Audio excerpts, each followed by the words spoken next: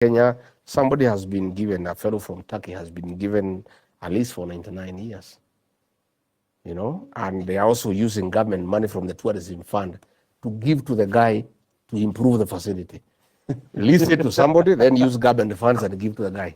It's pure theft. You know, Kenya now is a to somebody, then use government funds and give to the guy. It's pure theft. You know, Kenya now is a criminal enterprise.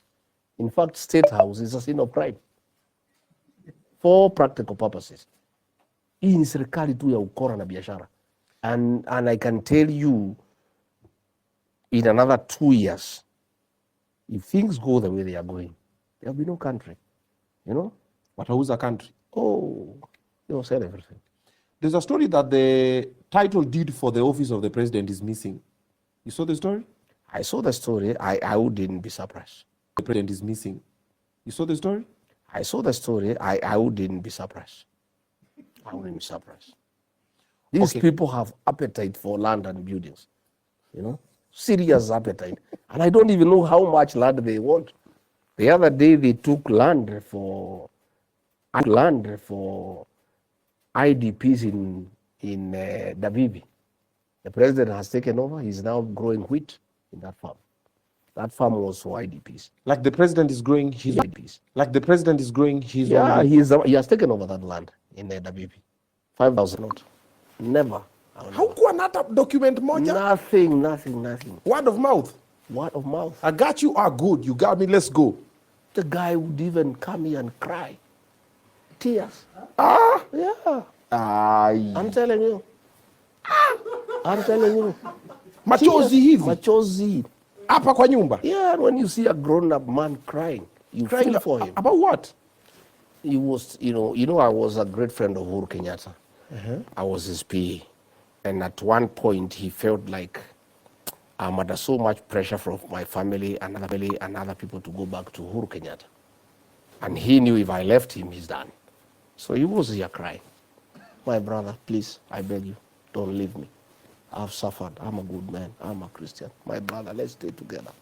You know, crying tears. And I said, okay, Pastor, let's help this man. So akilia ulikuwa unadu? I was in shock. Let's help this man. So akilia ulikuwa unadu? I was in shock. Hata Soviet. Sasa mtu mzima analia machozi anakulilia. Please, my brother, don't abandon me. Yeah. So, but I can tell you, if there's a guy who's deceptive, so guy. The tears, machozi, kumbe machozi is your mom, kumbe ni machozi ndio.